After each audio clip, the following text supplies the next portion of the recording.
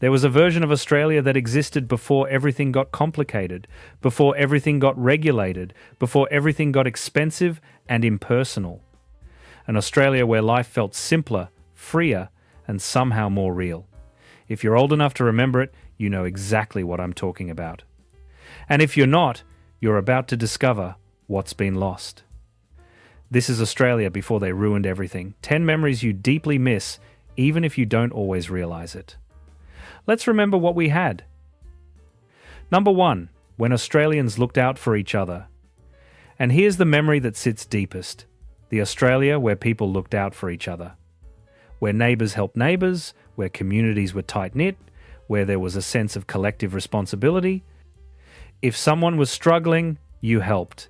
If a kid got into trouble, someone's mum sorted it out. If you needed a hand, you asked, and it was given without question.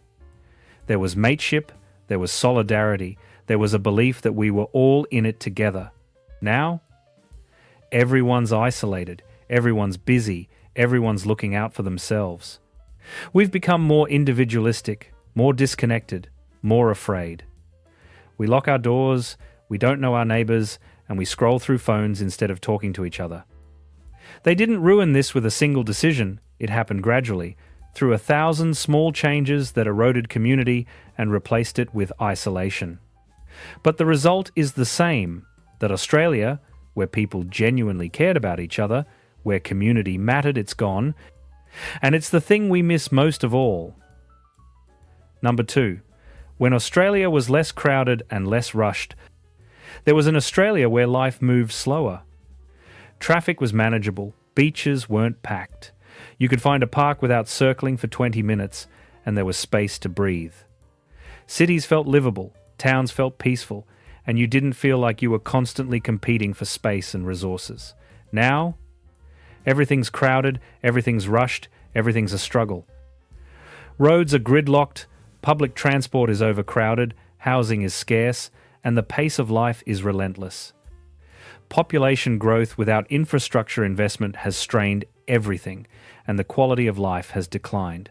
That spacious, unhurried Australia, where you could enjoy what the country had to offer without fighting through crowds, it's been ruined by poor planning and short-term thinking, and those who remember it feel the loss acutely. Number 3, when sports were about the game, not corporate sponsorship, there was an Australia where sports felt pure. You went to the footy, the cricket, or the rugby, and it was about the game, the players, and the passion. Tickets were affordable, you could take your kids without going broke, and the focus was on the sport. Now, corporate logos everywhere, endless ad breaks, ticket prices that require a second mortgage, and a sense that the game itself is secondary to the money being made around it. Players earn millions, teams are owned by billionaires, and the fans, the people who made the sport what it is, are treated like ATMs. They've ruined Australian sport by turning it into a business first and a game second. That version of sport, where it belonged to the people, where it was accessible and pure, we miss it and we mourn it. Number 4, when pubs were community hubs, not poker machine warehouses. The Aussie pub used to be the heart of the community, a place where locals gathered, where you knew the blokes at the bar, where a beer and a chat were all you needed for a good night. The walls were covered in footy memorabilia, the beer was cold, and the atmosphere was warm. Pubs were where friendships were forged, where stories were told, where the community came together. They weren't fancy, they weren't trying to be anything other than what they were. Then the poker machines arrived, and everything changed. Pubs became gambling halls with bars attached. The lights, the noise, the rows of machines hypnotising people into feeding them money, it destroyed the soul of the Australian pub. Do you remember when you could have a conversation in a pub without the constant noise of pokies in the background? The community atmosphere, the mateship, the simplicity, they ruined it with gambling, and we've lost something precious. Number 5, when you could actually ring a business and speak to a human. Pick up the phone 20 or 30 years ago, call a business, and a real person would answer. Within seconds, No automated menu, no press 1 for this, press 2 for that, no waiting on hold for 40 minutes listening to tinny music. Just a human voice saying, "How can I help you?" Problems got solved quickly, questions got answered, and you hung up feeling like you'd been heard. Now, every phone call is a battle. You navigate endless menus, wait on hold forever, and when you finally get through, you're often talking to someone who can't help because they're restricted by policies and scripts. It's maddening, it's dehumanizing, and it's everywhere. They ruined customer service by prioritizing cost-cutting over people, and we're all worse off for it. That simple act of calling a business and speaking to someone who could actually help you, it's a memory we deeply miss. Number 6. When air travel was special, not a cattle operation. Flying used to be an event. You'd dress up, arrive at the airport excited, and board a plane where you were treated like a valued passenger. There was space, there was service, there was a sense of occasion. Even in economy, you had legroom, a proper meal, and flight attendants who had time to be kind. Flying was expensive, yes, but when you did it, it felt special. Now, budget airlines pack you in like sardines, charge you for everything including breathing, and treat you like an inconvenience. Airports are stressful, security nightmares, flights are delayed constantly, and the whole experience is miserable. They ruined air travel by making it cheap and joyless, stripping away every bit of dignity and comfort in the name of profit margins. That version of Australia where flying meant something, where you felt like a human being, not a seat number, it's gone, and anyone who remembers it misses it. Number 7. When Australia wasn't one big shopping mall.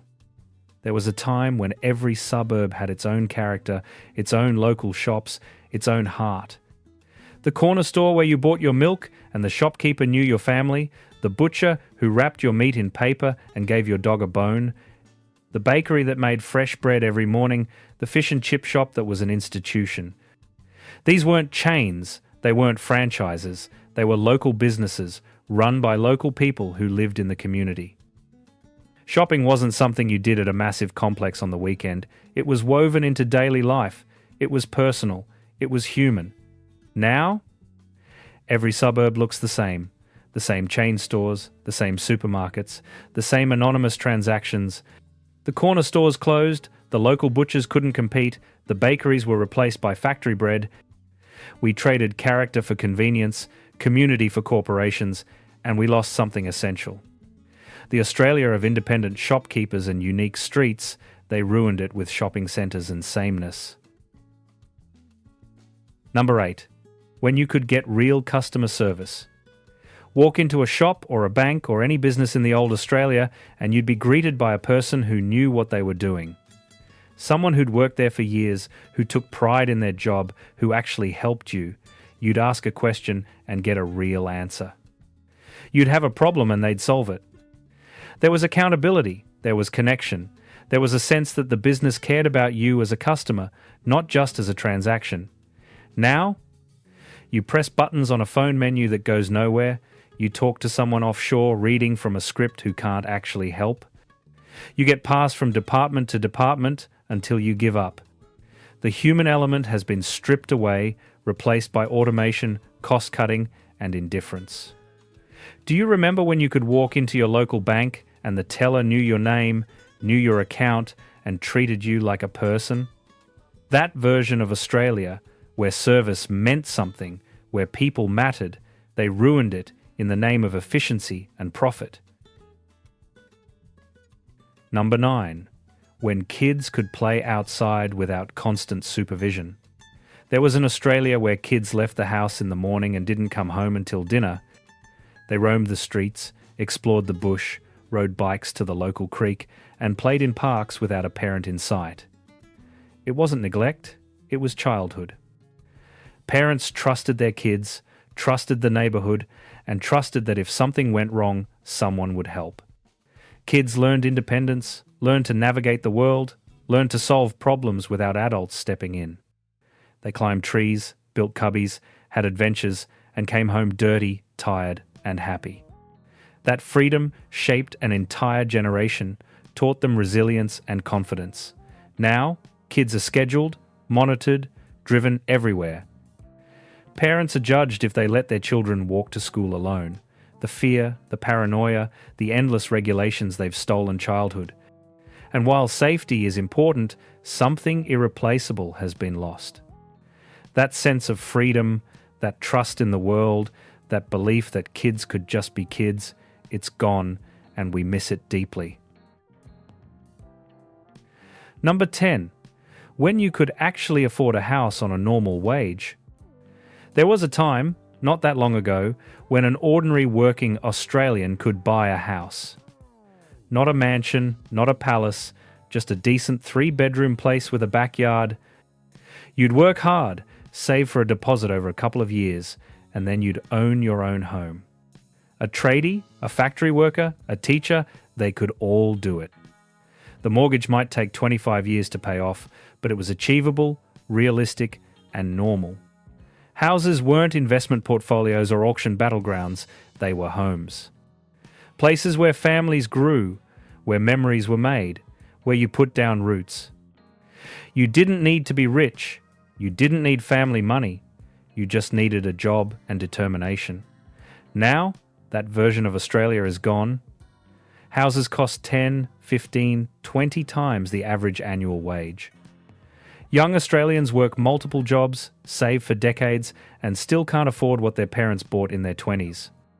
The Australian dream of home ownership, the thing that defined generations, has been ruined by greed, speculation, and policies that favoured investors over families. So there you have it. Australia, before they ruined everything, 10 memories you deeply miss, whether you realise it or not. None of these things disappeared overnight, and no single villain destroyed them.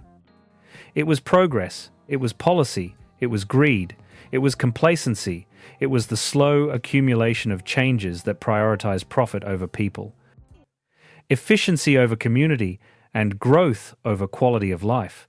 Some things have improved, absolutely. But in the process, we lost something essential, that sense that Australia was a place where life was good, where people mattered, where the future felt hopeful. We can't turn back time, but we can remember what we had, and maybe, just maybe, we can fight to reclaim some of what's been lost. What's the one thing about old Australia that you miss the most, and do you think we'll ever get it back? This was Retro Australia, where the past is still alive.